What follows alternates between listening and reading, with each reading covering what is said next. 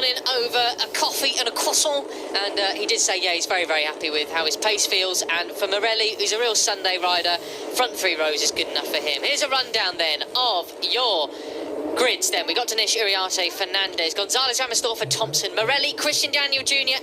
and Pugliese then filling out the 3rd row of the grid. 4th row, the local hero, Guillem is taking off, and he said his brother's name there. Pushing it from 11th, and Sullivan mounts it in 12th. Ramadhipa 13th, Zen Mitani 14th, Singapore 15th. Then you have Tines, Da Costa and Monignane down to 18th, Tassini, Agostinelli and Alejandro Fernandez down to 21st. Second, Lucas Brown 23rd, and John Pond from Lennox for Mara.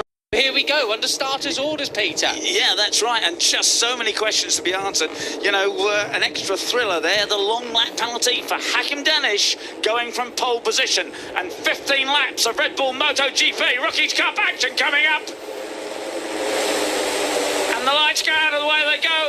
Everybody seems to get rolling. Well, Hakim Danish on the number 13, the pole position man, has the advantage, but slotting in behind him is Brian Uriarte. Yeah, it's all very orderly as they get away. This is one of the main big overtaking opportunities into the first lap, though. Brian goes for the lead. And then we have, Danish getting pushed out way wide. Oh, we got riders down in the background. But apart from that, the leaders look all safely through. I think making moves on Leo Rammerstorfer, that puts him back into the top 10. Not a good start from Leo then, from 5th on the grid. And Hakim Danish is back up into 2nd place already. He's back in 2nd. There is the 95 of... A pretty good start actually from 7th place, saw him move quickly up to 5th, but not really sure what happened in the turn 2, turn 3 melee then that time around. In 2nd place, can he close in on Brian Uriarte? Of course, he's got to concentrate on the one hand, but he's got to have it in the back of his head that he's got to take this long lap penalty. Next time he comes down here, be able to take the long lap penalty. He can't do it on this lap.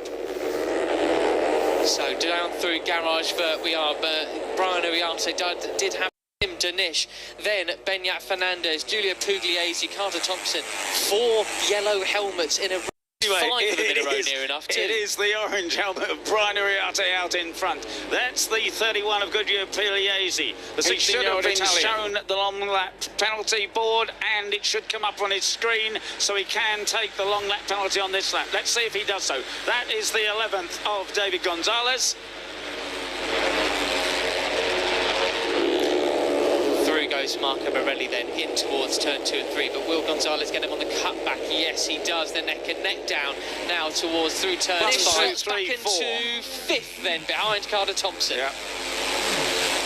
Well done, Hakim. He served it well, and you know, he's going to be able to quickly cut through. He cut through from the beginning. He lost so many places in that first corner. He managed to cut through to 2nd place quickly, and of course he's got 13 laps to go. Last time around he was not 24 of Guillem Planques. He's a Frenchman, and that of course has the crowd enthusiastic about this. They've got a great weekend of racing, of course, with French heroes in every class. Still around the track, you probably... So Hakim can't muck about. He's got to get back on terms with Brian Uriarte. And there comes Hakim on the 13. Up the inside, he's got 1. He slots into 3rd place. Absolutely superb stuff from Hakim. Timing is brilliantly, very nicely. Incredible. Just such beautiful little race. And he's done it again. Yeah. The Malaysian is. Through the second right-hander onto the start and finisher, it just blew them away. And now he's got his head down and he's chasing after Brian Uriarte. He was 0.6 of a second quicker than Brian Uriarte that last lap. He is going to catch him in no time at all, isn't he? That is very, very special indeed. Yeah, and it's now closed down. Hakim is just pacing himself a little bit. He can see that he's closing in on. He just needs to do it in the measured way that he has managed it so far. Completely different vibe to this race than what we had in Uriarte, Peter. I felt in Uriarte there does have a long lap penalty. And Da Costa's got a long lap penalty as well. I wonder why. Yeah. So a long lap penalty for Fernandez and Da Costa. Shortcut at turn 4, so they must have cut it a bit too tight at some point earlier in the race, perhaps. Yeah. Anyway, okay, Thompson is up into 3rd place, but Brian is, above all else, a racer. And once Hakim Danish shows him a wheel, let's just see what the Spaniard can do. We've also got Alejandro Fernandez has also got a long lap penalty. So yeah, it's all due to shortcuts at turn 4 then. So we missed that. That must have been right at the start or something like that. One of those laps. Benat Fernandez was running a really good pace out front. He was much faster than this chasing pack. The riders is a podium fight towards the end of the race. But this, for now, between the 31 and the 50, is now a battle for the podium. And between Giulio, Pugliese and Carter, it is just between himself. And there is the leading front is Giulio Pugliese with Carter Thompson behind him. And ahead is the battle for the lead. He's caught him. Danish has caught him. Will we see a kind of move down here into the likes of Garage where the long lap penalty is? No. He's sitting behind Brian Uriarte. I mean, these two quite clearly have a lot more pace than everybody else. And both of these guys did this so good. For now, they're probably quite comfortable just running with each other, aren't they? We'll see what their lap times are this time around, the final two corners. But Benat Fernandez has moved his way to the front of that group, and he's brought Marco Morelli towards the front of it as well. So positions...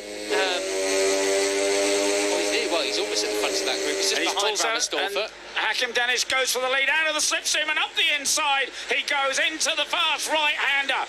Will Brian have another go at him into the left? No, he doesn't think better of it. And Hakim Danish has the lead now. Will do. 3 seconds now separate the first and second, and third and fourth. I mean, that is quite the gap already, isn't it? I mean, there's just clearly here that chasing pack. Then you've got Morelli leading the way. 5 flat, which is actually 4/10 faster than Carter Thompson in front. So actually we could have quite a big battle for this podium finish there. We could well be a race of two halves. Morelli potentially finding himself in the groove as he does run wide there in towards the final turns, and we see the 17 down to 17th. It's Tines to Venezuela. Goodness me. That is a big pack, isn't it? Now, really, Carter Thompson and Pugliese, they've got to work together here if they're going to stand any chance of keeping ahead of that enormous pack. They could find themselves suddenly out of the points instead of battling for the podium. Exactly. I was back into 6th, and it does look like they are catching Thompson and Pugliese. They are, aren't they, Matt? Yes, there's the 95 of Marco Morelli, the man we like to fight for a second podium here in Le Mans. Then that was very impressive from the number 70, who hangs on to that third place. But how much longer? Because the other guys are going to pick up the slipstream. They're running, they're touching the green. Some of them. This is gear, isn't he? Metaphorically speaking, obviously. So Kristian Daniel, and he could well be leading the charge to really spice up the battle for the podium. Is there? He's reached them. He's reached Pugliese and Carter Thompson. He's going to be looking up the inside very shortly. I thought it was going to be Benat Fernandez leading this chasing pack. Here we're going to see. You can't be giving things away to Brian Uriarte like that. Of course, Hakim Danish had the pace. He caught him once. He can do it again. But really just shows how hard Hakim Danish is pushing.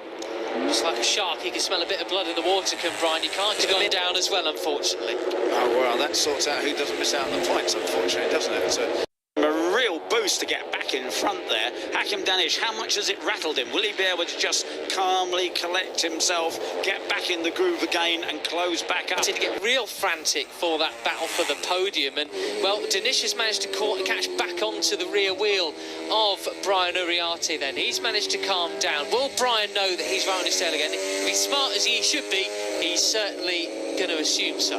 That's right. Now, last time we've had a red flag, Peter.